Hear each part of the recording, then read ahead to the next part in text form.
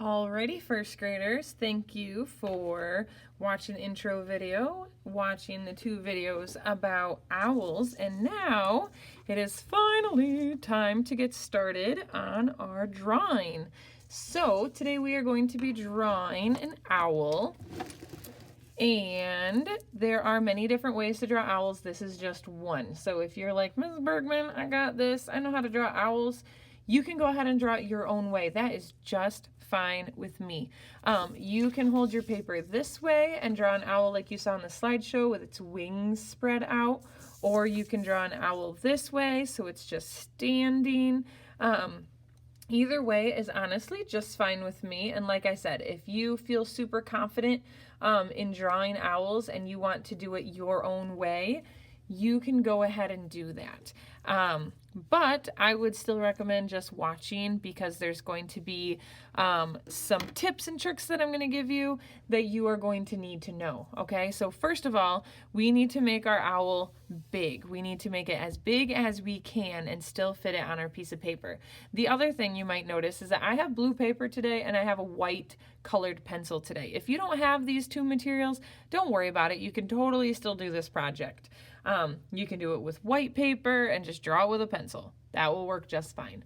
But if you have blue paper and you have a white colored pencil, I kind of like to do it this way just to change things up, right? Just so things are a little bit different. And I also like how this dark blue paper ends up kind of looking like a night sky. And one of the things you might have learned today is that owls are nocturnal, which means that they hunt or are mostly awake at night.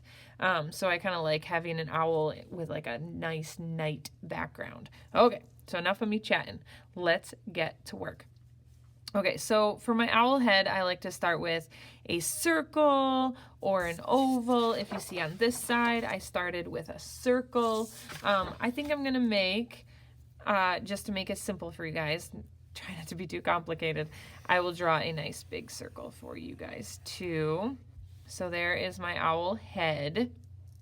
My owl body, I like to start it kind of up here. I found that if I start my neck down here, it looks kind of funny. Owls, actually, their bodies are quite connected to their head. They don't really have like a skinny little neck.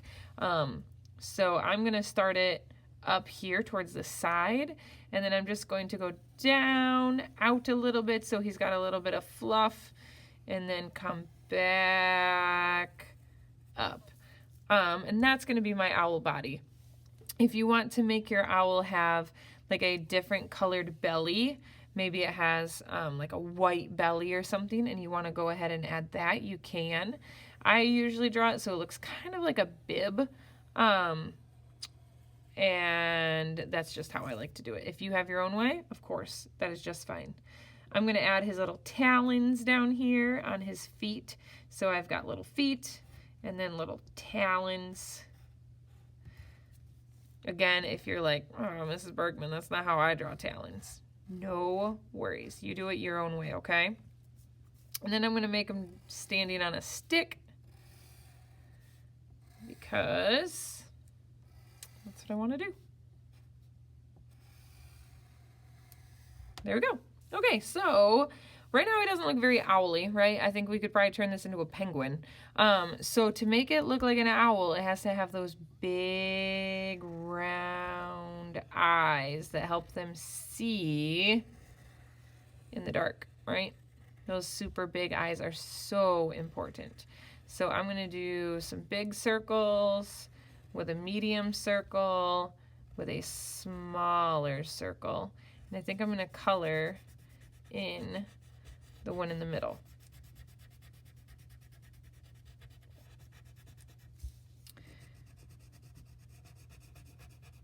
Yeah, I like how that looks. Okay. I'll color in this one, hopefully. Okay, just checking to make sure that I'm still in the camera here. Sometimes I get carried away and then I realize half of what I'm doing is getting cut off. So, we're good. Okay. So now he's starting to look more like an owl. And then I like to do a little triangle beak.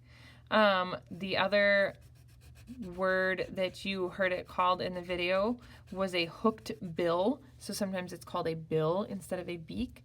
Also, if you'd like yours to be a great horned owl, or actually several owls have these feathers that stick up. They look like ears, but they're not.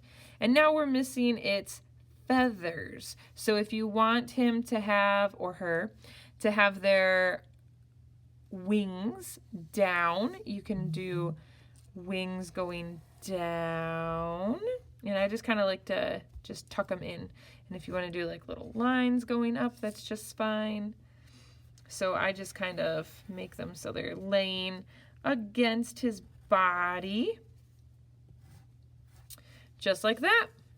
All right, and that is just one way to draw an owl. Of course, if you have your own way, or if you want to go and watch a YouTube video of a different way to draw an owl, or if you wanted to draw one like the one that you saw in the slideshow today, I can see if I can swing over to that screen for you.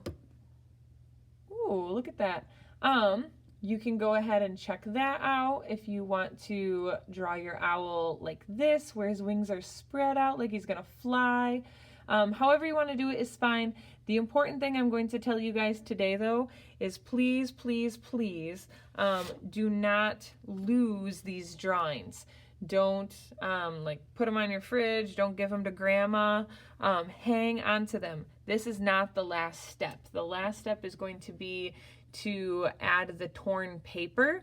So please make sure that you guys are not losing these before next week. We are going to need these next week, okay? So please, please, please don't lose it. Also, if you're interested in doing painted paper, now is a good time to get that prepped and ready so that it is dry for you guys to use next week. Otherwise, if you have some owly colored construction paper at home, that will work just fine too. Okay. So I will see you guys next week where we will do part 2. Talk to you later.